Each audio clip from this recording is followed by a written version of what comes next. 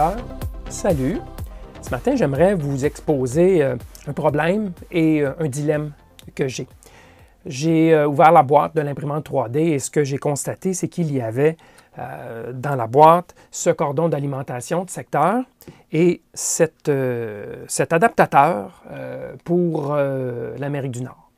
Alors, voici le problème illustré en quelques points.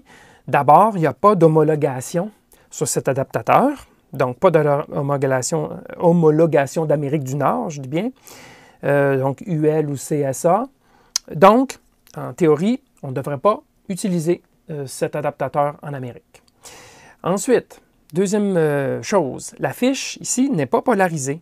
Vous remarquerez que les deux lames ont les mêmes dimensions, la même largeur, de sorte qu'on pourrait facilement inverser la fiche pour la faire rentrer dans la prise, sans difficulté. Okay? Je vais vous montrer ce qu'une fiche nord-américaine, NEMA, légale, classique, à quoi elle ressemble. Elle ressemble à ceci. Vous voyez, il y a une lame plus large que l'autre, de sorte qu'on ne peut pas inverser dans la prise cette fiche. Okay? Alors, première constatation, en plus d'homologation. Ensuite, il n'y a pas de mise à la terre. Bon, alors, on a ici un adaptateur qui permet de recevoir une fiche mise à la terre, mais la prise, elle a un troisième contact, mais son côté fiche d'adaptation Amérique du Nord n'a pas le troisième contact. Alors, il y a un problème ici. Tout simplement parce qu'on pourrait à nouveau inverser à l'envers et en plus, on perd la protection de la mise à la terre. Si mise à la terre il y a sur l'appareil, bien sûr. Okay? Et vous allez voir, on va en discuter de cette fiche dans quelques secondes. Donc ça ici, c'est une autre difficulté rencontrée si on utilise cet adaptateur. On perd la protection que la mise à la terre nous apporte. Ensuite, cet adaptateur permet de brancher la fiche à l'envers. Donc, je peux inverser tout simplement la fiche sans difficulté. Alors, je reviens sur le problème, c'est que cette prise, ce connecteur ici, EIC, il est polarisé. C'est marqué, peut-être vous ne voyez pas, mais il y a ici la phase et ici, il y a le neutre. C'est inscrit. Donc, alors que la fiche européenne, elle n'a pas de polarité. Physique, oui, en France, il y a la broche là, de mise à la terre qui vient pénétrer dans le trou ici, mais il n'y a pas de norme sur le positionnement de la phase et du neutre. Donc, il n'y a pas de protection mise à la terre, il n'y a pas de protection d'inversion de phase et de neutre. Donc, c'est une autre difficulté. Et en Amérique du Nord, ici, les fiches, elles sont polarisées et elles ont une mise à la terre lorsque c'est requis. Vous voyez ici, la troisième broche offre la mise à la terre et du coup, on ne peut pas inverser la fiche, même si les deux lames ont la même largeur à cause de la troisième broche, ce n'est pas possible d'inverser. Alors, le seul cas où on peut acheter un appareil et que les deux lames auront le même diamètre, c'est ce qu'on appelle dans un cas de double isolation, c'est-à-dire ici, on a un adaptateur fabriqué par Samsung et il garantit, d'abord le boîtier totalement en plastique, totalement isolant, et la construction interne garantit que la partie métallique du connecteur USB, par exemple, est totalement flottante et on peut inverser sans aucun risque l'adaptateur.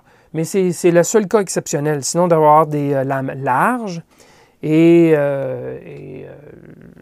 donc qui ne permettent pas l'inversion. Par contre, même si on a vu des lames larges ici, la prise européenne hybride, ce qu'ils nous ont envoyé, aurait permis d'inverser.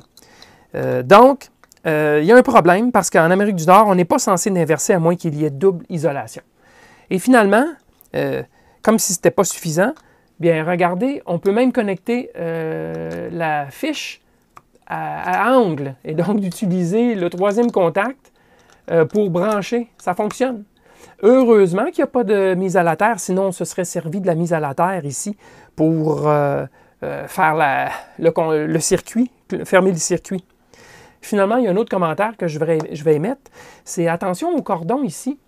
On a un peu une incongruité, c'est-à-dire que la fiche EIC C13, ici, elle est spécifiée pour 10 ampères. La fiche ici, hybride européenne, elle est spécifiée pour 16 ampères. Le cordon lui-même est spécifié pour 12 ampères, mais ce n'est pas inscrit dessus, c'est juste marqué la section, c'est-à-dire 0,75 mm². Donc, le client qui achète ou qui utilise ce cordon ne saura pas c'est quoi la limite, à moins de faire des recherches sur le cordon pour savoir c'est quoi sa limite. Et il faudra absolument prendre le dénominateur commun le plus bas.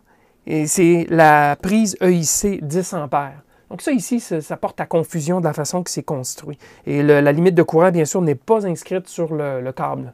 Seulement la section, comme je vous expliquais. Donc ça, c'est mon dilemme.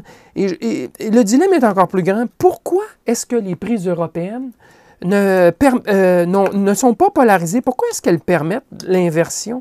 Alors que le but de la polarité, c'est de s'assurer que lorsqu'il y a un interrupteur dans un appareil, qu'on puisse interrompre la phase et non pas le neutre et laisser tout l'appareil énergisé, le câblage énergisé à l'intérieur.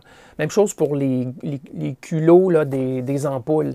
Alors, il y a une raison pourquoi il y a une polarité et pourquoi en Europe, on ne l'a pas implémenté, cette polarité. Est-ce que c'est des raisons historiques? J'en ai aucune idée. Alors, j'aimerais bien vous entendre à ce sujet.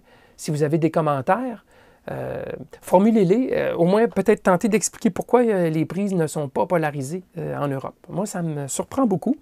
D'autant qu'on entend souvent dire que les prises nord-américaines ne sont pas sécuritaires.